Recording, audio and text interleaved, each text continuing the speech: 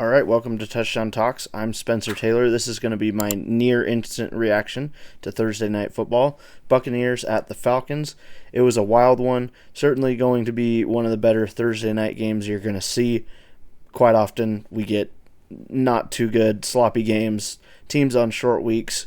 You know how it is. Thursday night classically not usually offering the best of games, and sometimes games that look promising that don't end up being good. This one was expected to be a tight one, was hoped to be a good division rivalry matchup, and we certainly got delivered that. This was one of the better games, and even on the broadcast, you could tell even Kirk Herbstreit and Al Michaels, they're in on it, just like the rest of us watching. They haven't been too happy. Obviously, Al Michaels was a bit annoyed and upset last week with the penalties in the first half of Thursday Night Football, and some of the sloppiness in that game wasn't really close at all last week. But this week, right out of the gate, we had very obviously a shootout, really, at least in the first half. We had a shootout. Very good offensive game for both sides, a very tight game from both sides, and so it made for a very entertaining Thursday night football game.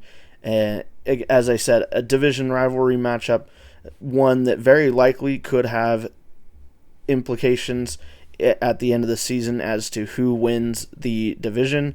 I believe these two are the ones that are in the race to win the NFC South. I don't think the Saints or the Panthers, obviously, I don't think those two are playoff contenders at all. I don't think those two are contending really for the division. Obviously, we're really early into the season. Nobody's eliminated yet, technically. And certainly the Saints have had times that they've looked good, certainly record-wise. Obviously, they're not that far behind, but I just don't trust in the Saints. I don't think they're as good as either of these two teams. I think by the end of the season, no matter what their win totals end up being for both teams, I think it's going to come down to the Buccaneers and Falcons as to who wins this division, and either it'll just be one of them that gets into the playoffs, or we haven't seen it in a long time. This division has been pretty middle of the pack, has very much cannibalized itself as well, and so the last few years the NFC South has been sort of the almost automatic number 4 seed in the NFC, and only getting one team into the playoffs, and that's it. But I think this year we could possibly see that change. I do think the Falcons and Buccaneers are at least good enough to be considered real playoff contenders, both of them, and I think it's even possible that both of them make it into the playoffs, maybe as the 4th seed and maybe a 7th seed, something like that. But I think certainly both these two teams have a chance. Another interesting aspect coming away from this game is we'll get to see them play in just 3 weeks from now. They'll be playing in Tampa Bay again, so that one will be a early Sunday game, but not very long from now we'll get to see a rematch from this game. But just quickly going to run through my thoughts. As I said, it got off to a quick start. A lot of scoring in the first quarter and second quarter even. By the half, the score was Tampa Bay leading 24-17. For the most part, Tampa Bay had played slightly better.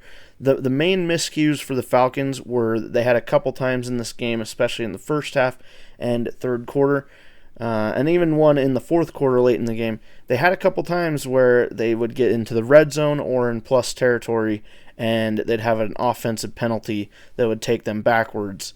And they did that a few times. I know they've struggled with that in previous games this season as well. So that for the Falcons, certainly something they still need to clean up. It could have very much ended up biting them in this game, but luckily for them, they were able to overcome it.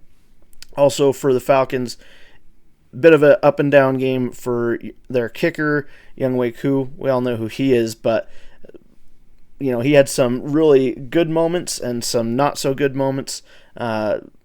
Certainly for his standard, he's one of the best kickers in the league, and kicking in the NFL in the NFL and in football has never been any better than this, really. And so for Koo, I believe he missed 2 and made 3 field goals by the end of things, and the ones he made were key ones, but certainly the ones that he missed also, at least in those moments, felt, oh no. but yeah, so and again, part of that is a couple of those field goals, they were set up farther back than they had to be because the offense, created penalties that weren't necessary with mistakes. Late in the game, one concern that came up for me for the Buccaneers that I think is a concern going forward, my main concern for them, at least right now, is their safeties and their defense. Their defense, it was talked about on the game, they pretty much at all times, not that this is necessarily a problem, but they almost always play zone. They hardly ever play man defense. And so there's that part of their defense, which isn't necessarily a bad thing, but they play very heavy towards zone, which makes the defense, at least in some sense, kind of predictable. And then the other problem for them, and the main issue I wanted to get to here, is their health on defense with injuries. They came into the game missing one of their starting safeties, and then Whitehead, one of their other starting safeties, went down with a groin injury, was questionable to play. I don't even remember if he came back in after that, but after that, we saw there late in the game, and then obviously, certainly in overtime, we saw the injuries to the Buccaneers secondary play a factor, and really a big enough factor that I think it's a good part of why they lost. And so going forward, that's going to be one concern that I would like to note down for the Buccaneers going forward, is how is their defense going to be able to do and respond, especially if they aren't able to have their 2 starting safeties, or, still just missing one. They need to hopefully get them back, and whether they get them back or not, that defense for Tampa Bay is going to need to try to get some things figured out and shore some stuff up there. But also for the Falcons, as I said, they got to clean up stuff on offense with the penalties. They really got going, though. Both these offenses were firing pretty well. If you had any players in fantasy here, especially some of the stars on both sides, you did pretty well playing them. And then going into overtime here, so at the very end of the game, with 1 minute and 40-ish seconds left on the clock, NFL's Next Gen Stats had the Buccaneers win probability at 94%, a chance of winning it. And of course, they got stalled out, got stopped. The Falcons were able to have a pretty crazy drive as far as timing goes. They were able to get down to the field, at least get into very long field goal range. They even had a delay of game penalty getting the field goal unit out onto the field, which drove them back. But with 1 second left on the clock, they were able to clock the ball, finally get that field goal unit out there, and even with the delay of game penalty on top of it, Younghoe was in that moment able to come through and knocked a really huge field goal, which tied the game. And up to that point, Tampa Bay had held the lead pretty much the whole game. That tied it up for the Falcons, and at that point, it certainly felt like, okay, this has been a very either way game so far, but certainly in the fourth quarter, it felt like the Falcons had kind of taken the momentum a little bit, certainly there to the very end. And so, sure enough, there in overtime, you had the Falcons, when they got the ball, you had a couple plays, and then you had Drake London went down with an injury, had to come out, and in his place, Hodge came in for them.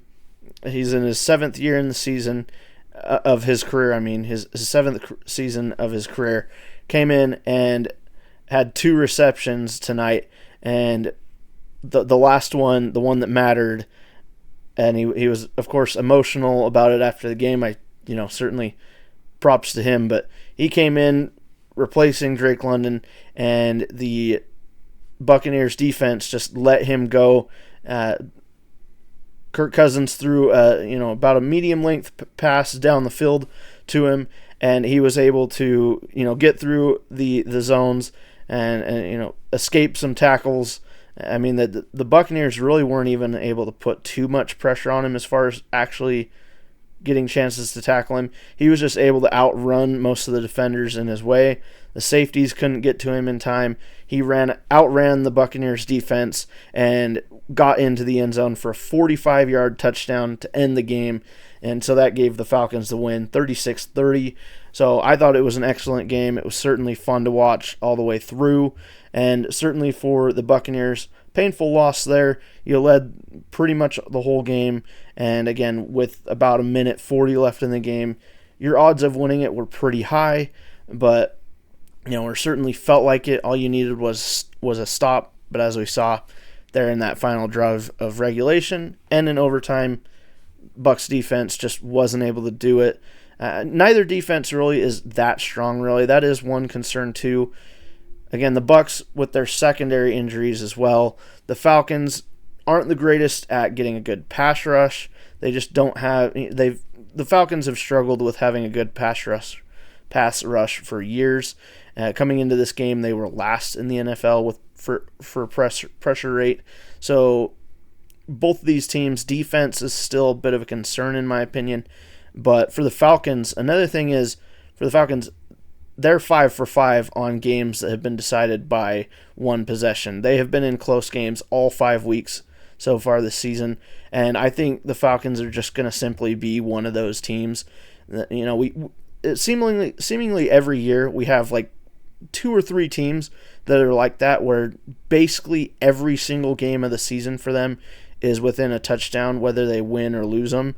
And we usually end up having one team each season that usually is on the winning side of those close games, and then one team that's often on the losing side of those close games, and then maybe one that kind of flips every other. And certainly so far with the Falcons, that's how they are. They're now at 3-2, all 5 games decided within a touchdown. So I'd certainly, if you're wanting to bet Falcons going forward, find some sort of bet that aligns with them keeping the game close, whether they win or lose. So, they're just one of those teams. They're going to have a lot of entertaining games, whether they're shootouts or low-scoring ones. I had predicted this game would have been more low-scoring than it was. This game definitely smashed the over. The line before the game had been at 44. I had predicted the game to land right around there. My prediction had been Falcons 23, Tampa Bay 21, but the result instead was Falcons 36, Tampa Bay 30, so smashed that over-under line. But otherwise this game was very entertaining. Tons of offense. For the Buccaneers, Mayfield went 19 of 24, 180 yards, 3 touchdowns. He also, as the quarterback, also got the Falcons defense. He caught them napping a couple times on the ground. Had 6 runs for 42 yards. And then for Kirk Cousins, he threw the ball 58 times, completing 42 passes for 509 yards with 4 touchdowns and 1 interception. So really crazy numbers for him. And respectively, Mayfield ended with a rating of 137.5, and Cousins ended with a rating of 114.8. So very good passer ratings for both quarterbacks. There was a moment also in the game. Mayfield took a hit and was kind of slow to get up, seemed to be slightly hurt on one of his legs, but was able to come out of the game. Next drive looked plenty fine, and that was when he had one of his longest runs of the game. So I don't think there should be too much concern there for Mayfield. But that's about all I want to say for that game. I hope you enjoyed, as I said earlier, and look forward to this upcoming Sunday slate of games. Starting it off, of course, early in the morning for those of us here in the States with Jets, Vikings in London. Vikings favored 2.5 at the moment.